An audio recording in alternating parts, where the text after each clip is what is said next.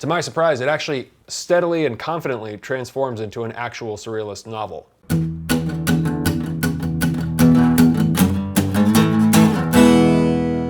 Better than food, man. Hi, y'all. Welcome to Better Than Food Book Reviews. I'm your host, Clifford Lee Sargent. Great to see you as always. Hope you're doing well. Get that coffee. Oh boy, where to start? Okay, this is going to be a strange one. It's about to get pretty niche up in here. Today is My Week Without Gerard by Ivan Boris, a Lester Langway mystery. This was a gift from the London independent publisher Morbid Books. Thank you very much, I appreciate it. I also did a Patron-Only review of Nina Power's Platforms, also published by Morbid Books. I'm a big fan of Nina Power. I think she's a tremendous thinker and great author. I should probably disclose that Nina is a patron of the show, but that happened after I reviewed her book. She's working on a book right now, I think that is going to be released in February, which is a book about the relations between men and women right now in modern society, and I'm looking forward to that very much. Meanwhile, you can find the link for the Platforms review down below. I highly suggest you check it out. But first, really quick, if you are going to Paris to hunt down famous philosophers and attend sex parties with famous fashion designers and practice satanic rituals, the last thing you want to be worrying about on that trip is your wallet. May I suggest today's sponsor, the Ridge Wallet. This is the stonewashed model. It's beautiful. These things are awesome. They're light, sleek, industrial, easy to use, holds up to 12 cards plus room for cash on the back. It's got the cash clip. I love that. The durable material means that each wallet comes with a lifetime warranty. You can buy this one wallet and carry it for life. Probably death too. How durable is this wallet? It will probably outlive you. Additionally, for your clothes and other necessary items, may I suggest this weatherproof duffel. It's fantastic. It has waterproof nylon shell, antimicrobial lining, an external USB charging port, a custom internal power bank pocket, a shoe tote, and a laundry bag. Very nice indeed. Get 10% off your order today with free worldwide shipping and returns by going to ridge.com/betterthanfood and using the discount code betterthanfood. The link is below. Thank you so much. Well, the first thing I'll say about today's author is that Ivan Boris is a pseudonym. So that cuts down in time, don't it? About 2/3 of the way into this book, I was reminded of the book L'écume du jour by Boris Vian, the surrealist author. It translates to Froth on the Daydream or Foam of the Days, like D-A-Z-E. A very interesting and unique book. That it was one of the first reviews I think I ever did, and I think it was shit, so I took it down. But maybe I'll re-review that because it turns out, you know, and I should have guessed this before, maybe it was just lurking there in my subconscious, which is appropriate for this book. Ivan Boris is a partial anagram of Boris Vian. So the author of this book was heavily inspired by L'écume du jour. It's a very surreal but very sad book. A little bit like The Book of Manel by Marcel Schwob, which was translated by my friend Kit Schluter, just a shout out there. And here's a little Voidoid factoid. Another fan of the book by Boris Vian is Richard Hell, of Richard Hell and the Voidoids, of course. But onward, onto this. My Week Without Gerard is a twisted satirical mystery novel based in the contemporary fashion worlds of London and Paris. Primarily, it's an homage to the Surrealists as well as the detective novels of Georges Simenon, and it references 1,000 different pieces of oddball culture, from film and philosophy to the occult and 1960s French pop music. In fact, one of the very first characters we meet in the book, on the search for Gerard, is a friend of his who teaches at the Sorbonne named Jacques Dutronc, like the singer, who, if you haven't listened to, is like the best. Et moi, je pense plus j'oublie, c'est la vie, c'est la vie. I've actually gotten shit-faced drunk and done karaoke and made people think I spoke French because I did Les Cactus, and it was at like my friend's dad's like 60th birthday. I think there's video footage out there that is absolutely going to be used as blackmail for me one day. You see, that wasn't the worst though. It got worse because then I think all the dudes took their shirts off, and I think I sang "Human Fly" by the Cramps, which I barely even remember, except I just remember like buzzing to all of these like, you know, middle-aged suburban people kind of clutching their glasses for dear life as this weird kid who was drunk as shit in his 20s was buzzing in the Lux Interior fashion to Human Fly. Moving on. I don't regret that at all. At first, it's a goofball dark comedy satire that transforms into a meditation on the modern human condition, life, and art in the 2020s. It's about a young British journalist named Lester Langway who admires, you know, idolizes the Georges Simenon detective Jules Maigret, searching through Paris for the most famous man in France, which is this philosopher named Gerard de Rennes, an intellectual, possibly pseudo-intellectual, from what it sounds like, who is based on, I've been informed, Bernard-Henri Lévy. I'm actually not familiar at all with Lévy's work or reputation, so the joke is sort of lost on me, but I'll be looking it up probably. So the book is a modern detective novel and sort of a requiem for art. It's an homage to the Surrealists, I think most prominently to André Breton, as well as to, again, the detective novels of Georges Simenon, an homage to Parisian culture as well, and also a loving sacrifice. And as there's satanic ritualism in the story, that word was very intentional, to the altar of bad taste. Like a burnt offering if the god was John Waters. It's a Max Ernst painting right there of all the Surrealists. There's Breton in the front there. Initially an absurdist British dick and fart joke satire, to my surprise, it actually steadily and confidently transforms into an actual Surrealist novel. It's constantly playing off the juxtaposition of high and low humor. Highbrow philosophical or literary references, plus cocaine, speed, mushrooms, ubiquitous boozing, and all manner of kind of slovenly, ill-fated capers. It's a little bit like a modern With Nil and I, you know? Hanging out with young, desperate addicts who are sort of terrible, but kind of smart and sympathetic, but only sometimes and overall not really at all. Sometimes it's funny, sometimes it's dumb, but eventually when there's a lull in the trip, so to speak, you get some depth. Things don't go anywhere, nothing is what it seems, and everybody is supposedly a pathological liar. This is where a kind of a Pynchonian paranoia starts to play in, and we'll talk more about that. Also, it seems to be an actual commentary on the fashion world or scene, though I'm not really sure what it's saying. But the fashion designer Rick Owens makes one of the most unflattering cameos in a book that I've ever read. But he has a blurb on the book, so he appears to be good-natured. I think the author knows him or has worked with him or something. The humor in My Week Without Gerard reminds me a lot of this band that is associated with Morbid Books somehow. I think they're friends or something. A band from London called the Fat White Family. They're the ones who wrote this phenomenal song, Touch the Leather, and who did this kind of amazing Monty Python-esque video a couple years back, which I saw for the very first time the other day. It's called Tastes Good with the Money, and my wife was treating me like I'm completely deranged, which I am. It's one of the best things I've seen lately. The reaction shot near the beginning where the guy with the pipe just like loses it, but he keeps smiling, that shit killed me. That is classic humor. I mean, it's totally fucked up. You'll have to go watch it. But also the singer Baxter Dury, son of Ian Dury of the Blockheads, sings on that track and was in that video. He's one of my favorite living musicians. He's kind of like a modern British Serge Gainsbourg. If Serge had a kind of mature, sincere, tragic, self-aware sense of humor. So, you know, all these things and more are reasons to be cheerful.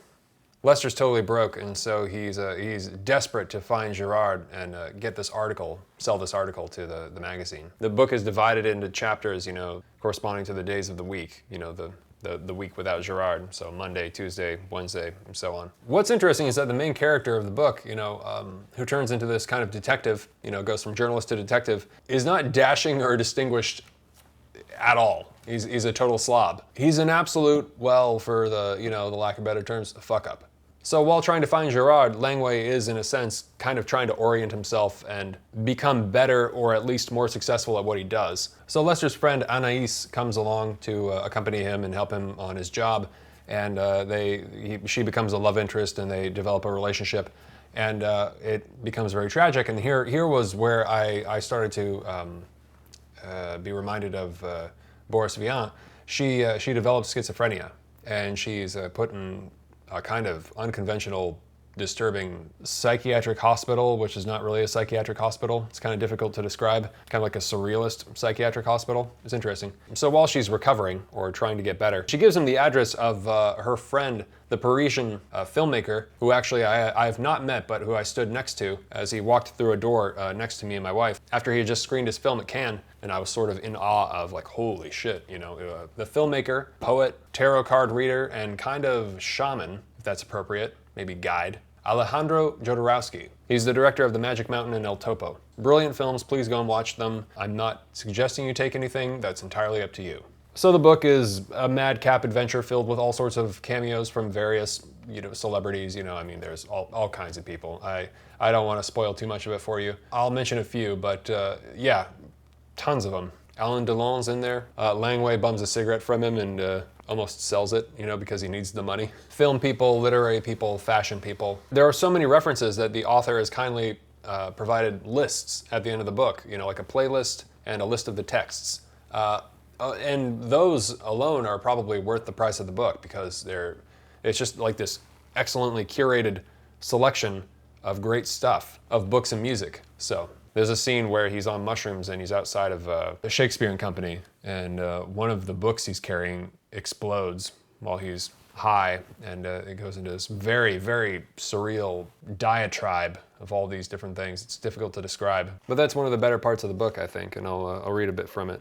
This is after the bomb has gone off and it's like he's tripping or something and going through this whole interior monologue. We do not inhabit a robust world, a bourgeois order supposedly well ingrained, but a trembling reality. Nothing remains fixed, everything trembles, lived precariously, as much in the material plane as in the relational. And a little later on he says, most of the time people are content with small innocuous acts, until one day, crack, they lose control. They get furious, they break everything, hurl insults, they succumb to violence, sometimes committing a crime. A criminal was familiar with the poetic act. He sublimated his homicidal expression by staging an equivalent act. That's right. Society has put up barriers so that fear and its expression, violence, do not spring up at every moment. Jihad! Carrying out an act is a conscious process that aims at voluntarily introducing a fissure into the dead order that permeates society. It is not the compulsive demonstration of a blind rebel. It's interesting. It's very much in the vein of Breton's, like, what is surrealism? It's like, I forget the exact quote, but he's like, it's like taking a gun and walking into a crowd and shooting at random or something like that. That's what he describes surrealism as. You know, an interesting thing from here that I didn't know, the author points out that the surrealists were all soldiers in World War I before they were surrealists. I think Breton came up with the idea for surrealism while he was a soldier, while in the war. So I just don't think one would normally associate those men with the military. So that's interesting. Before they were surrealists, they were soldiers. This is before the Rick Owens scene. He opened the door to the deadbeat hotel expecting Mayakovsky and some vacuous fashion people snorting white powder, although the volume of electronic music should have warned him that something much more disturbing was happening. Even his most pessimistic visions could not have prepared him for the sheer volume of unwanted humanity he was about to encounter. That's a great line. So better than food? No, not quite. Not quite for me. But I'll admit I was impressed when about 2/3 of the way through the book, you know, it took on this genuinely surreal depth. And I felt the story was strongest in the relationship between Lester and Anais. The satanic ritual with the blood designed to place a hex on Lester's enemies, and the following acid trip in the Père Lachaise cemetery, which sort of seemed like a requiem for art in the surrealist era, mourning the death of past art. I think I'd be interested in reading the second or third thing that Boris comes out with. I think there's a strong writer in there, but it's still kind of preoccupied with being silly out of either a lack of ideas, which is totally fine and relatable, or just a bit of anxiety to push it into something serious, you know, like actually really try hard, you know, whether out of a fear of judgment or failure. I actually think the sincere parts and the surreal parts are much stronger than the humor. While I didn't get even nearly close to everything in the book, as far as like the references and everything, one person who seemed to very much was a fellow named Adam Lehrer, a New York-based author and critic, who recently came out with a book I'm interested in called Communions. And he wrote a nice review of My Week Without Gerard, which is linked below. And he starts out with the same thing that sort of strikes me as most unique about the book, which is that it's a mystery wherein absolutely no answers are given. And by the end you are completely bamboozled and left to your own interpretations about the connection between the characters and events. Nothing makes any sense. Nothing. He writes, the second half of the novel is to the first what Twin Peaks: The Return was to Twin Peaks. Definitely. The warped mirror image phantasmagoria of it. It becomes a poem of nostalgia and a mourning for the radical avant-garde of early modernism that has further collapsed in the 21st century. Amen to that. The Faustian bargain, it seems, for technology that rapidly sends and distributes ideas, amazing ideas even, is that it's so novel that the time it takes to think of the great ideas is hijacked and destroyed by our distraction with that very technology. We're on our phones or computers, complacent and perpetually entertained, when back in the day one would just smoke and think, it seems to me. Yeah, like Adam said, it is a bit like a requiem for a certain era of art, and probably most strongly portrayed in the walk through Père Lachaise with Lester and Anais. And Lehrer goes on to compare it to Pynchon's Inherent Vice, which I have not read. I've only finished Gravity's Rainbow, and I started The Crying of Lot 49, which I'm told is all about paranoia as well. But I assume this book is definitely inspired by Pynchon's brand of paranoia, a la Tyrone Slothrop. And I've heard from the publisher, I believe, that the book was explicitly inspired by a book I recently reviewed called Been Down So Long It Looks Like Up to Me by Richard Farina, who was a friend of Thomas Pynchon. In fact, both of the protagonists of these novels, Been Down So Long and My Week Without Gerard, are unusual in that they aren't really likable at all. And they don't really get any better. Yet we still find ourselves reading them. It's interesting. So would I read another Lester Langway mystery? Nah, but I got a few laughs out of it. And a shitload of good recommendations, that's for sure. Which brings me to what may be the book's largest appeal. It's chock full, I mean nearly every page, with references to books and music, celebrities, characters from history, weirdos, all kinds of things. Great stuff. Or if not great, at least interesting, strange, or entertaining. Of course you have the surrealists and the usual suspects to be found in those circles, including Bataille and Robert Deneau, both of whom I believe were kicked out of the circle, but also just all kinds of interesting stuff regarding, things in the occult and various odd ideas and facts. So you should read it. Anybody who's a huge surrealist francophile, yeah, without a doubt. If you like Georges Simenon, the Surrealists, and the Fat White Family, you're probably gonna like this book. So if you're looking for a Christmas gift for your intellectual friends who have a morbid sense of humor, something that is both lowbrow and highbrow for good measure, I'd suggest you grab this for the holiday. All right. Coffee time. For those of you who are new, I take all of the names of the patrons on Patreon who have donated $5 or more per video to the show, and I place their names in this mason jar. I pull out a name for every review I do, and I send whoever's name I pull out a hard copy of the book I'm reviewing, plus a bag of coffee, roasted by yours truly. If you'd like to help support the show and get in on that, the links and info are below. Thank you very much. Unfortunately, international shipping is not included. Thanks very much to all the patrons, and best of luck. Okay, here we go. Sean O. Thank you very much, Sean. Really appreciate it. You're going to receive My Week Without Gerard by Ivan Boris, plus some coffee. Hope you enjoy both. Thanks so much, and happy holidays. Well, that's all I've got for you today. Please subscribe if you haven't already, and hit the thumbs up if you enjoyed this, and always remember, die reading. All right, take care of yourselves, have a good night, talk to you soon. Ciao.